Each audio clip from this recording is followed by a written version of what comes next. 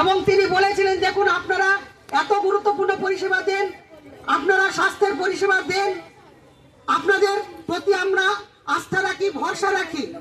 আমরা সেদিন বলেছিলাম সমস্ত কর্মীদের মতামত নিয়েই আমরা আপনাদেরকে জানাবো। আমরা 7 তারিখে, তারপরে 19 তারিখে আমরা কিন্তু 2 দফা বৈঠক হয়েছে, আমরা এই কর্মবিরতি প্রত্যাহার করিনি। আমরা জানিয়ে গেছিলাম যে কোনো কর্মী রাজি নয় গোটা পশ্চিমবাংলার। তারপরেই 65,000 কর্মী 21 তারিখে কিন্তু এই কলকাতায় এসেছিল। আমাদের আজকে ওনারা অনুরোধ করেছেন, আবেদন করেছেন এবং বারবার বলেছেন দেখুন এই বিষয়গুলো আমরা যতটা পারছি মিটিয়ে দিচ্ছি, যতটা আমাদের হাতে সবগুলো আমরা করছি। আপনারা কর্মবিরতি প্রত্যাহার করুন, না হলে আর অন্য যে সমস্যাগুলো আসবে যেগুলো সরকারি নিয়মের মধ্যে পড়ে যায়, 3 মাস কাজ না করলে কিংবা আরো যে বিষয়গুলো, সেটাও আমাদের কাছে কোনো ফ্যাক্টর নয়। তারা এটাই বলতে চাচ্ছে হয় বসিয়ে দেবে, নাহলে চাকরি 3 মাস কাজ না করলে 3 মাসে পড়ে গেলে তার চাকরি চলে যাবে। আমরা এটা আমাদেরকে ভয় দেখানোর জন্যই বলো কিংবা যে কারণেই বলো, এটা আমরা ভীত হয়েছি। আমরা কোনো কর্মী ভীত হইনি। আমরা এই মানসিক দৃঢ়তা নিয়ে আজকে দাঁড়িয়ে আছি। তারা কত 60,000 70,000 কর্মীকে বসিয়ে দেবে? এদের যদি তারা সেটা করে তাহলে গোটা দেশ জুড়ে তাদের যে পরিস্থিতি সামনাসামনি হতে হবে সেটা আমরা জানি। কিন্তু আজকে যে কথাগুলো দিয়েছে, অন্তর্বর্তীকালীন বাজেটে যতটুকু বাড়িয়েছে আমরা তাতে খুশি নই। কিন্তু আমাদের আজকে সমস্ত জেলাতে যে বিশেষ কিছু পরিস্থিতি তৈরি হচ্ছে, আমরা সমস্ত কর্মীদের মতামত নিয়েছি। বহু কর্মী তারা কর্মবিরতি প্রত্যাহার করেই আমরা আন্দোলন চালিয়ে যাব। এই আন্দোলন আগামী মার্চ মাসে, ইয়ার এন্ডিং মাস আসছে, বহু কাজ বহু তথ্য সেখানে দিতে হয়। এর মধ্যেও যদি আমাদের এই দাবিগুলো, স্বাস্থ্য ভবন যেগুলো বলেছে, এই দাবিগুলো যদি পূরণ না হয়, আগামী মার্চ মাসেও, মার্চ এপ্রিল মাস, তারপরেও ভোট আসছে, আমরা কিন্তু সেক্ষেত্রে আমাদের আসল রূপ, আমাদের এই আন্দোলনের যে লড়াইয়ের যে ফারভার, আমরা কিন্তু আবার যে কোনো সময় এক কথাতে রাস্তায় নামতে পারি। ফলে সেদিন আমাদের সেই জন্য আমরা আপাতত এই তাদের সঙ্গে কথার ভিত্তিতে এবং আমাদের এই প্রতিশ্রুতি তারা যা দিয়েছে তার ভিত্তিতে এই 48 দিনের কর্মবিরতি আমরা কর্মীদের বিভিন্ন জেলার গতকালকে তাহলে মাঝরাত পর্যন্ত আমরা মতামত নিয়েছি। আজকে সব জেলা থেকে এখানে কর্মীরা আসতে পারেনি। তারা চূড়ান্ত ক্ষোভ তাদের ভেতরে আছে। আমি জানি এখানে যারা আছে তারা কেউই কর্মবিরতি প্রত্যাহার করতে রাজি নয়, আমরা জানি। কিন্তু আমরা এটাও জানি আশা কর্মী এ রাজ্যে যারা আছে, একমাত্র সংগঠন পশ্চিমবঙ্গ আশা কর্মী ইউনিয়ন। এই আশা কর্মী ইউনিয়নের যে লড়াই আন্দোলন, সেই আন্দোলনে বহু আঘাত এসেছে, বহু বিভ্রান্তি তৈরি করা হয়েছে। সিটু প্রভাবিত যেটা অত্যন্ত ক্ষুদ্র সংগঠন, তার কোথাও কিছু নেই। তারা গোলা জলে মাছ ধরার জন্য বারবার এই আন্দোলনে নামতে চেয়েছে, বারবার ভাঙতে চেয়েছে। তারা বলেছে আমরা কর্মবিরতি করছি না, তোমরা কেউ কর্মবিরতি করো না।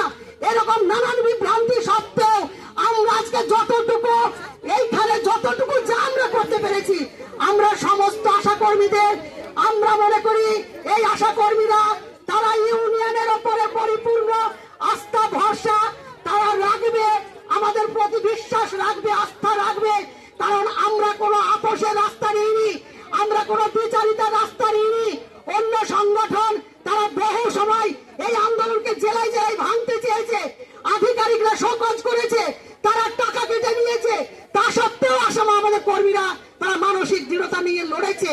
ফলে আমি পশ্চিমবঙ্গ আশা কর্মী ইউনিয়নের রাজ্য সম্পাদিকা হিসেবে সমস্ত আমার আশা দিদি বোনেদের প্রতি পূর্ণ আস্থা ভরসা রেখেই এখানে এই কথাটি বলতে চাই, আগামী দিনে আরো বৃহত্তর আন্দোলন গড়ে তোলার জন্য আপাতত সাময়িক হলেও আমরা জানি লড়াই আন্দোলনের জিগজ্যাগ রাস্তা থাকে, পিছিয়ে গিয়েও প্রয়োজনে আমাদের আরো বৃহত্তর আন্দোলনের প্রস্তুতি নিতে হয়।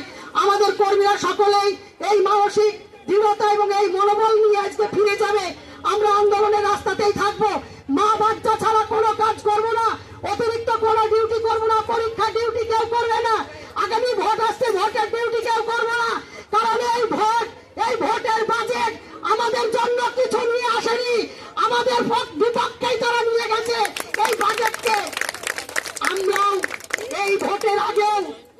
করতে হয়, কি রকমের কি ভাবতে হয়। কর্মীরা যে ক্ষোভ নিয়ে আজকে আছে, সেই ক্ষোভের বহিঃপ্রকাশ নানান জায়গাতে বিস্ফোরণের মতন সেটা কিন্তু ঘটে পড়ছে। ফলে আমরা আজকে এখান থেকে ফিরে যাব, কিভাবে কি প্রক্রিয়া আগামী দিনে কিভাবে লড়বো। আর যে কথাটা আজকে স্বাস্থ্য ভবন দিয়েছে, আমরা মাথা নিচু করে কাল থেকে কেউ কাজে লাগবো না, আমরা কাজে কেউ মাথা নিচু করে ঢুকবো না। কারণ আমরা জানি এই আধিকারিকরা অত্যন্ত অসম্মানিত করেন, অত্যন্ত তাদের সঙ্গে বিরূপ আচরণ করেন। বহু জায়গাতে কিন্তু আশা কর্মীদের এই হেনস্থার, এই হিউমিলিয়েশনের শিকার হতে হয়। আমরা আজকে জানিয়ে এসেছি, আপনারা অন্তত যদি এটুকু বার্তা না দেন যে আশা কর্মীরা কাজে যোগদান করতে গিয়ে হয়রান হচ্ছে, হেনস্থা হচ্ছে, তার মর্যাদায় আঘাত লাগছে, তাহলে কিন্তু আমরা কাজে জয়েন করতে পারবো না। আগে আমার কাজে জয়েন করার জন্য তুমি সমস্ত পরিস্থিতি তাকে তৈরি করো, তাহলেই আমরা জয়েন করতে পারবো। না হলে এটা আমাদের পক্ষে অসম্ভব। আমরা কোনো অন্যায় করিনি, আমরা মাথা নিচু করে জয়েন করব না। আমরা আন্দোলন করেছি আমার বেঁচে থাকার জন্য, আমার স্বাস্থ্যের জন্য, আমার পরিবারের জন্য। তোমার যে স্বাস্থ্য ব্যবস্থা সেটার নির্মাণ করার জন্যই আমি আজকে এই লড়াই, এই আন্দোলনে থাকতে হয়েছে। আমার জানা আছে বহু কর্মীর টাকা কেটে নিয়েছে, সেই ইনসেনটিভ পাবে না, ইনসেনটিভ তাকে দেওয়া হবে না। এই স্যাক্রিফাইস তারা করছে, তারা আজকে কষ্ট নিয়েই যাচ্ছে যে আমরা আরো কর্মবিরতি করতাম, আমাদের আরো কর্মবিরতি, এই পথেই আমরা থাকবো। আমি জানি আমাদের কর্মীরা কেউ ভুল বুঝবে না, তারা মাথা উঁচু করেই কাজে যদি আমরা জয়েন করতে না পারি, এই কথা আমি আরো বারবার বলতে চাইছি। এই কারণে যদি আমাদের সেই পরিবেশ না থাকে, তাহলে আমরা সাথে সাথে স্বাস্থ্য ভবনকে আবার জানাবো। উনি বলেছেন যদি কোথাও সমস্যা হয় তাহলে আপনি কালকে আবার এখানে আসবেন, যদি প্রয়োজন হয় অতীতের মতন কালকে আবার আমরা এখানে আসবো। এই কথা আপনাদের সামনে আমরা দিলাম। এখান থেকে যদি কোনো ব্যবস্থা, কোনো বার্তা জেলায় জেলায় না যায়, তাহলে কিন্তু সত্যি সত্যি আমাদের পক্ষে এইভাবে মাথা নিচু করে কাজে জয়েন করা খুব কঠিন হবে। এই কথা আজকে আপনাদের সামনে বললাম। আপনারা যোগাযোগ করবেন, আপনারা সংগঠনকে মজবুত করুন, আমাদের এই লড়াই চলবে। এই আশা এবং এই ভরসা, এই প্রত্যাশা আপনাদের প্রতি আমাদের আছে। এইটুকু বলে আজকের এখানকার এই কর্মসূচি এখানে শেষ করলাম।